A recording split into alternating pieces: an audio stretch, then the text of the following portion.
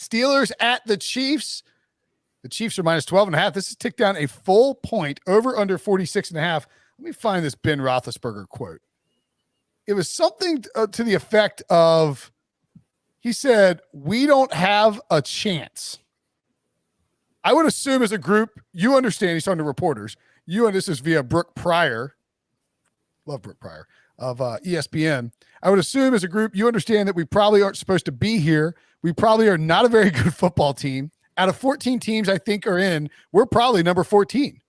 We're probably a 20-point. We're probably 20-point underdogs, and we're going to the number one seed, the number one team. I know they're not the number one seed, obviously, but they're the number one team that has won the AFC the last 2 years, arguably the best team in football. We don't have a chance, so let's just go in and play and have fun. Oh man, I am having a hard time. Woe is me. Give me a break. When Ben starts doing this, he's due for some sort of magical Ben game that you just didn't think he had in that crusty old pillow of a body. What do you think, Pete? It's not as crusty and pillowish as it used to be. He's got in better shape. Oh, remember before the season when it was leaked out, it's like Ben's on a better diet than Tom Brady. Yeah, I don't think so. But you know, the helium balloon he threw for the first down on fourth down last week was amazing. It was in the air for about 6 weeks.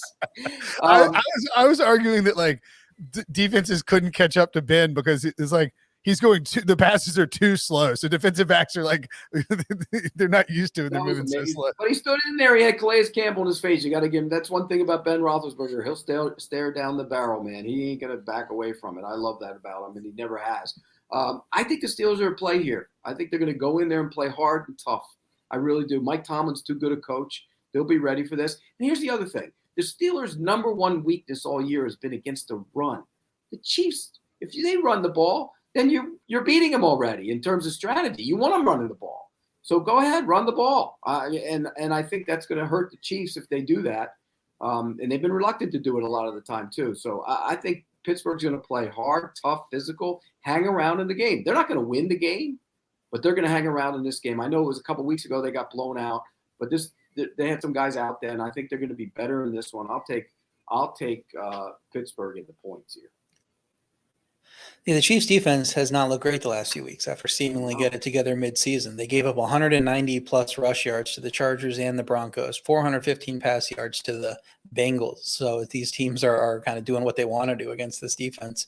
And KC dominated Pittsburgh in Week 16, like you said. They generated 3 turnovers in that game. So if they're able to do that again, it might be a runaway here. But if Steelers protect the ball, I mean, we've seen crazier things. You just don't see these lines this big in the playoffs. And when you do, it seems like just as often you get an upset as you do a cover. You know, you get like Beastquake, I think was a 10 or 11 point game in that one. So the Chiefs offense has been willing to run the ball down the stretch a little more, and the Steelers defense is 32nd in yards per rush allowed. I wanted to go with Edwards-Helaire over. I just don't know how much they lean on him. So I think the Chiefs running game will do well in this game, but I couldn't play the Edwards-Helaire prop because I don't know if it's going to be necessarily him for 15 carries or whether he's splitting time with Williams. So I can't take Chiefs laying this many points knowing what happens in the playoffs. So I would lean Pittsburgh plus 12.5, but considering how that offense has looked, I'm not in a rush to play it. Juju Smith-Schuster was designated to return off the injured reserve. So I guess there's a chance that we see him in this game. That would be at least some kind of help for that offense, you know, giving them another receiving game weapon. So we'll see if he can come back in this game, but I'm like Pete, I'm leaning to Pittsburgh. Yeah, I lean towards Pittsburgh as well. Look, I'll be perfectly honest. I thought I may have even picked the Chiefs on the site, but I'm going to change it because when Big Ben says something like, I mean, I'm telling you, you can just bet on the Steelers if you listen to what Big Ben is saying publicly or leaking out. Everyone thinks the Chiefs are going to roll them. These teams played earlier in the year. The Chiefs absolutely slaughtered the Steelers.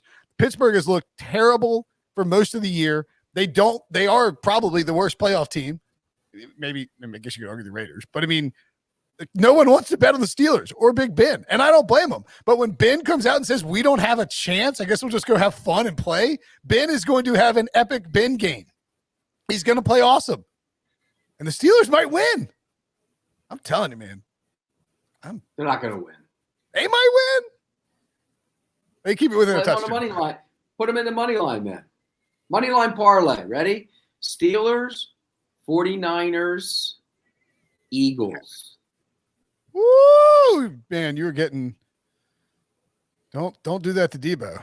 let's see, 310 for the Eagles, plus 140 for the Niners, plus 550. That pays out 63 to 1. So just put a little hundo on it. Yeah, go ahead, do it. No. Put our paychecks on it. No. I'm gonna bet it. Because I can't do it locally, but I can do it on a different site. We'll see what I get on here. Let's see. I got 320 for the Eagles, plus 135 for the Niners, plus 550 for the Steelers. 63 to 1. What should I put on it? 50? Whatever, a 7 for Ben Roethlisberger. $77 for bid. Put 57. 57. What will that pay? That will pay $3,600. I mean, now I have to do it, obviously. Yeah, if you win that, I'll be expecting $1,500 in the mail. I will tip you out. Or when I see you at the Super Bowl, I'll give you a $1,500 beat. Well, I think you owe me $50 for the FFT league. So no, I don't. Mine's paid. Oh, you already paid. Oh, good. I wasn't even going to ask you because I knew that your response was going to be, "Why don't you can get it from me at the Super Bowl?" So no, Ron has mine. I'm paid up. So it sounds like we're making Steelers the third leg of the parlay, right? All right. I just bet that parlay. Pretty easy parlay for everybody to remember. All the underdogs on the Sunday. We're just taking all 3 underdogs on Sunday, and that's our parlay. All right. Sounds good. Perfect. Love it. So Steelers plus 12.5. And I think you want to get that now. I would guess it ticks down closer to 10 before it goes up to 14, Like it'll probably end up sitting in that range. But I think I'm telling you, man, when Ben starts saying stuff like that, you better believe that he's not just gonna show up 37-3 late in the game and Ben has 4 interceptions. We're gonna and I'll be like, well, never mind that. It's one of those fourth quarter comebacks to make it respectable. It'll be 37-3 with like 5 minutes left in the third quarter, and the game will end up 37-27, and we'll get a cover. That's right. That is how Ben will pull it off too.